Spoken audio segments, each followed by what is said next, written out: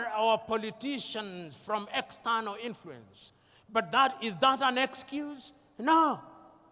It cannot be an excuse. Leaders in a multi-ethnic environment must also be different. You know, Nigeria, as Chinua rightly said, like all African countries, is an artificial entity. Chinua says in his book, The Trouble with Nigeria, that there is nothing comparable to how the European nations were created. There is no Nigerian, Chinua Achebe says, in the same way as there is a Danish or a Swedish or a Norwegian. Nigeria is a unique state with many states. The same is true of Kenya. The same is true of Ghana. Nigeria possibly has over 500 nations within her. Tanzania, 136. The Democratic Republic of Congo, 306. Kenya, 42. Uganda, 56. In order to be a leader in such countries, those who have the honor and privilege must be men and women who are prepared to ensure that they weld the bonds amongst those people. As Samora Moises Machel said, if the post-colonial African country is to succeed, the tribe must die. And the tribe must die because if the tribe does not die, then the new nation will never thrive. And I did not understand Samora Moises Machel to say that you should stop being a Yoruba. No. I did not understand him to say that you should stop being a thief or to stop being an Igbo or Hausa or a Fulani. No. Those are cultural mosaics which, when put together, make our nations beautiful and strong. But what do we do in most of Africa? We use those cultural differences to divide the people. We use those cultural differences to reinforce centrifugal forces and therefore threaten the very nation which we want to serve. I am telling all of us who are present here, and many of you who are present in this assembly who are honored and respected and claim to be leaders, that you have a duty to ensure that you are in front in order to serve and not to be served. But ladies and gentlemen, let us also ask ourselves about followership. You know, as a young student, and many of us who are young students, it was the culture when you are in your first year of studies that you must be a revolutionary. And a revolutionary in the style of Karl Marx. And therefore you would say, workers of the world, unite. You have nothing to lose but your chains. All of us were revolutionaries. And we used to say then that the safety of the bourgeois demands that the proletariat be kept in the most profound ignorance. We were revolutionaries. Who is a leader? Is he a leader who allows meta-ignorance to reign supreme amongst the people he or she is leading? Is it the duty of a leader to ensure that he leads men and women who are enlightened? Men and women who can question what he or she is doing? I'm suggesting to us that true and sustainable leadership also requires that you have a followership that is enlightened. A followership that calls you to account. A followership that is going to make demands of you. A followership that when you say that you are going to improve the quality of their food, they do not believe that agriculture stops on that day, but they believe that agriculture must be intensified and the technology must be used. A followership which knows that when you say you are going to deliver heaven on earth, they know that that is merely an advertisement that you are incapable of delivering heaven on earth. A followership that knows that when you are promising to do things within 100 days, which ordinarily can only be done in 5 years, they know that you are a liar. A followership that is capable of discerning that when you speak things, there are many variables, and it is the duty of a leadership to ensure that such a leadership is indeed created. What do African leaders do? African leaders in many African countries have now assigned the question of education, educating their followers to NGOs and CBOs, which are financed by the Americans, which are financed by the Europeans, which are financed by other civilizations.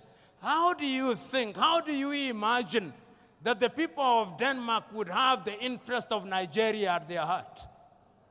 How are you satisfied that all those civic education activities that are being undertaken in Borno, in Maiduguri, or in Abeokuta, financed by USAID, are meant to be for the benefit of Nigeria? Because the last time I checked, the English used to say, he who pays the piper calls the tune. So today, when you look at most of Africa, we have a followership that is tuned from outside. It is not a followership that is tuned from inside. And you wonder why they behave the way they do. They behave the way they do because they are being tuned by other civilizations.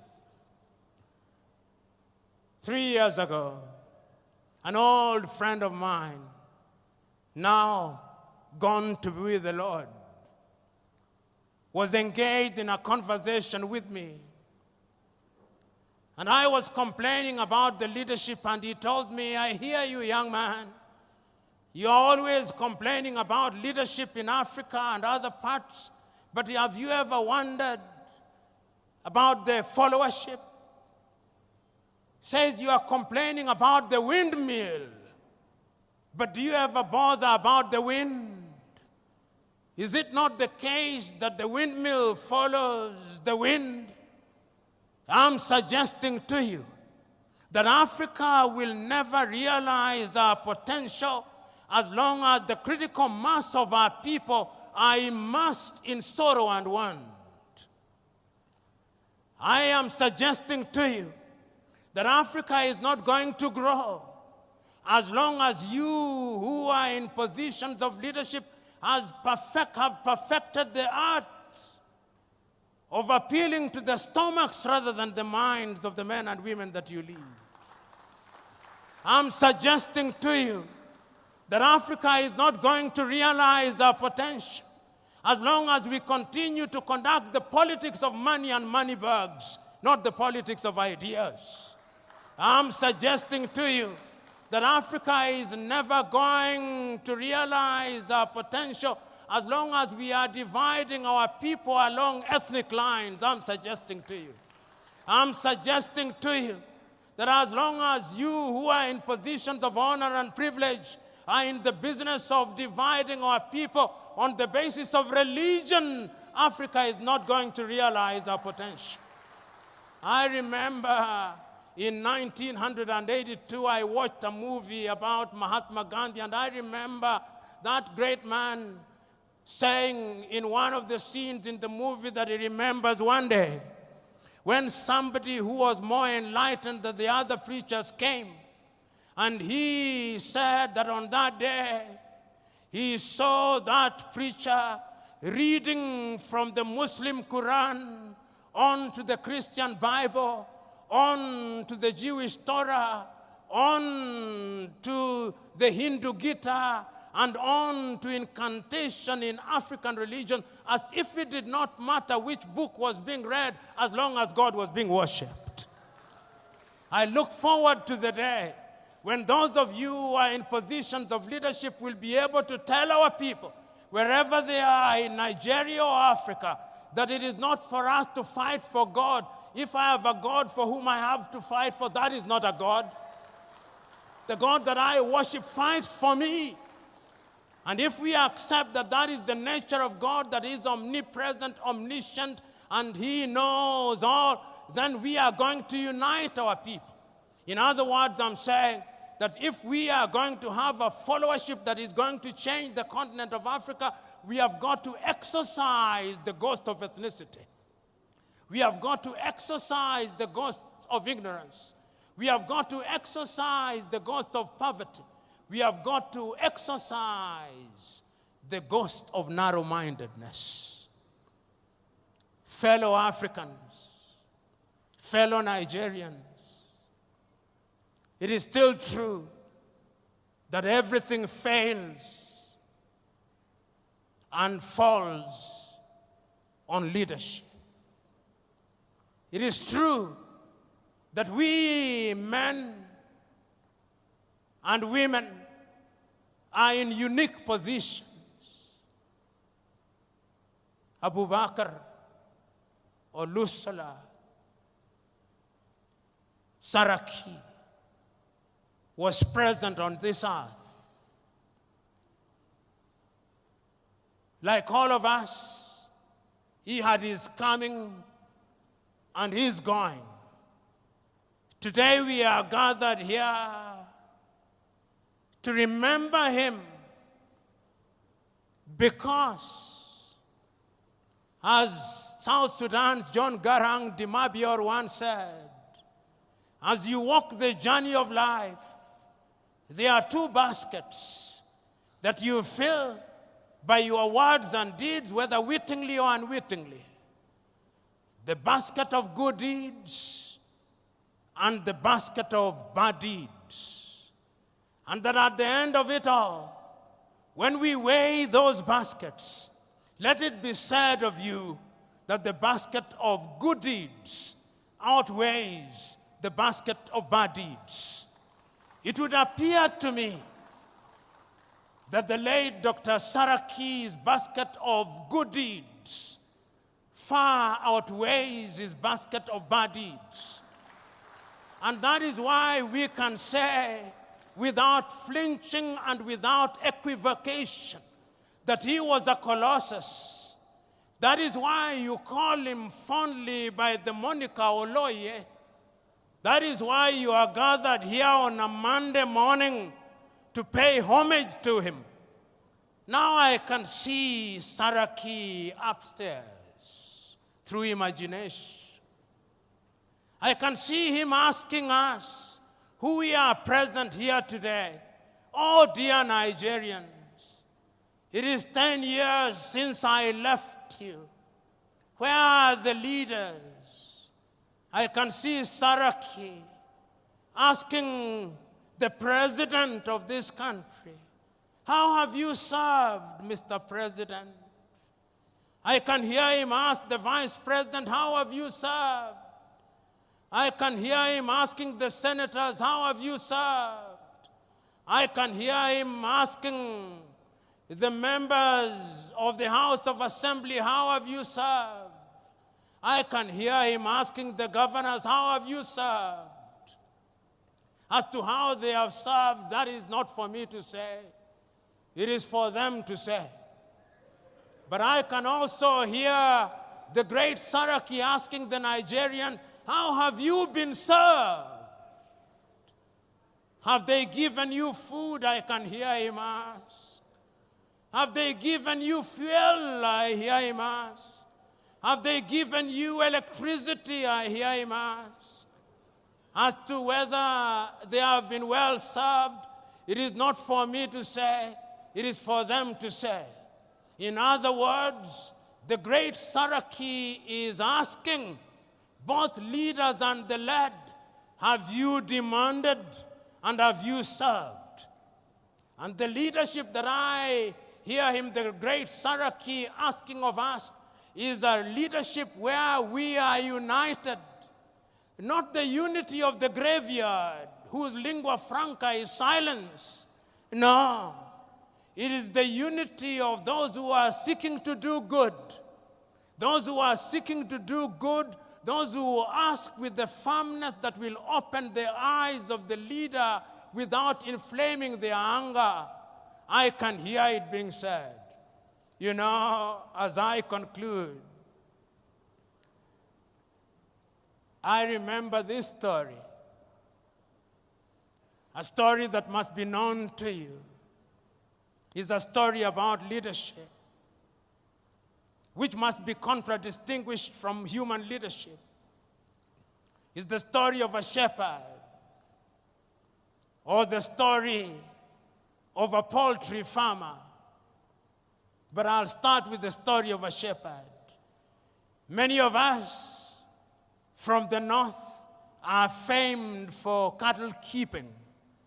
And when you are driving the cattle through different grazing grounds, the cattle believe that you love them so much because you protect them from the elements, because you protect them from other wild animals. But if the cattle were to know that you are the one who would end up eating them, they would treat you very differently. Invariably, they do not know. And therefore, you will continue controlling them the way you do, and you will continue eating them the way you do. But it's a totally different case when you are leading human beings. They are not like cattle. You may lead them in a particular direction. You may think that you have lulled them into a false sense of security. You may think that you have deadened their minds. But always remember that one day, if you don't do that which is good and right for your fellow men, there is a day of reckoning. There is a day of reckoning, and history has demonstrated that it can come in the twinkling of an eye. History has demonstrated that kings have been toppled. History has demonstrated that presidents have been removed. History has demonstrated that great men have been cut down. History has demonstrated that men can rise when they are misled. History has demonstrated that men are indeed capable of rising up. You know, I always read these words of the American Declaration of Independence because I love them. They apply to humanity. Before America became what it is, they had enlightened men. We hold these truths to be self-evident, that all men are born equal, that they are endowed by their Creator with certain unalienable right, that among those are life, liberty, and the pursuit of happiness. And it is for this reason that governments are instituted amongst men. And that when those governments fail to perform, it is the duty of those people to rise up and to remove such governments. I am submitting to us that we in the continent of Africa, you who have the honor and privilege of serving, you who worked and served under the tutelage of Oloye, today, let us take a solemn vow. Let us take a solemn vow that we are not simply here to memorialize him. We are not simply here to remember the good deeds that he did. We are not simply here to repeat the things that he did. That we have come here to imbibe the spirit of Oloye. We have come here to have a little Saraki in us, so that Saraki, the good politician, Saraki, the philanthropist, Saraki, the servant, Saraki, the doctor, Saraki, the business, can live a little in us, so that when we go home, so that when in the month of February Nigeria will be electing its leaders, it may be said that there was a Saraki and that good men and women rose and good men and women came out to vote and the best men did. God bless you.